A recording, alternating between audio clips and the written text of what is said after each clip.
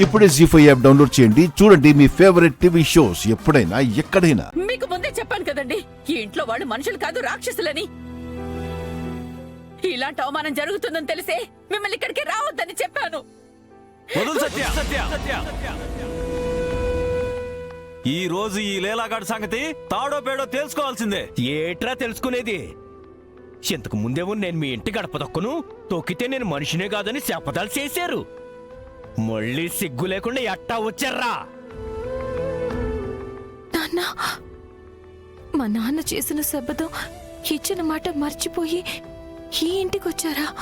పదయ్యా, ఏమండి, పదండి. పదయ్యా.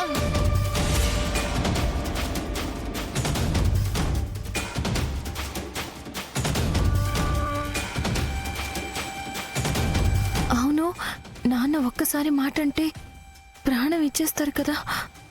అలాంటి నాన్న నన్ను వెతుక్కుంటూ ఇంటి దాకా వచ్చారంటే ఏదో జరిగి ఉంటుంది. లేకపోతే నాన్నంత తేలిగ్గా ఇక్కడి వరకు రారు.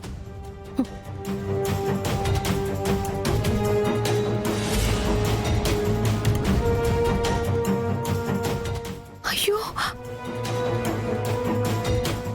అమ్మో, పొరపాటును కూడా నాన్న అమ్మమ్మ గారి కంట పడకూడదు. పొరపాటున ఆయన్ని ఆవిడ చూశారంటే ఆవిడకి గతం గుర్తొస్తుంది.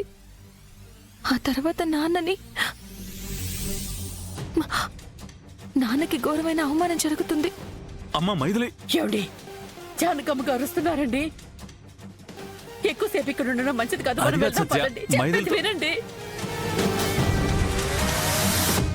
పో పో, పదయ్యా, పద. బయటికి వెళ్ళు. ఇక్కడ ఉండడం మంచిది కాదు. పో, బయటికెళ్ళు.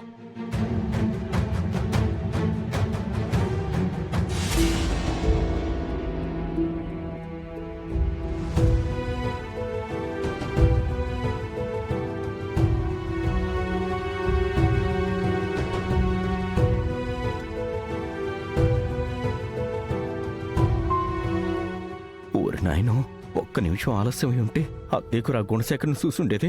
ఆ తర్వాత ఆ యదవ నిజం చెప్పుండేవాడు. దాంతో ఈవిడ నన్ను చంపేసి ఉండేది. నా అదృష్టం బాగుండి తప్పించుకున్నాను. అల్లుడు గారు, ఏంటి అల్లుడు గారు, ఏంటి గొడవ? మైథిలి వాళ్ళ నాన్న తెగురు ఆ రోజేమో మీ ఇంటి గడప తొక్కనని శపథాల మీద శపథాలు చేసి, ఈ రోజేమో సిగ్గునేకుండా కూతుర్ని ఎత్తుకుంటే ఇంటి ముందుకొచ్చాడు. అందుకే ఏమాత్రం సింగు నెత్తురు ఉన్నా, మానవు అభిమానం ఉన్నా ఇక జీవితంలో ఇంటి మొహం చూడొద్దని మెడట్టుకుని బయటికి గెంటేశాను. మంచి పని చేశారు అల్లుడు గారు. నోరుంది కదా అని శబదాలు చేయడం కాదు, ప్రాణం ఇచ్చైనా సరే ఇచ్చిన మాటను నిలబెట్టుకోవాలి. ఏం మనుషులో ఏమో. నాన్న అమ్మమ్మ గారి కంట పడలేదు, అంతే చాలు. ఇంతకీ నాన్న ఎందుకు వచ్చారు?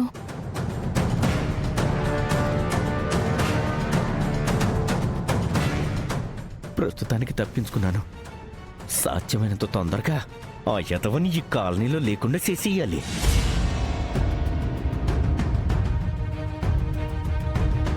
జీ5 యాప్ డౌన్లోడ్ చేసి అన్ని ఎపిసోడ్స్ పూర్తి ఉచితంగా చూడండి.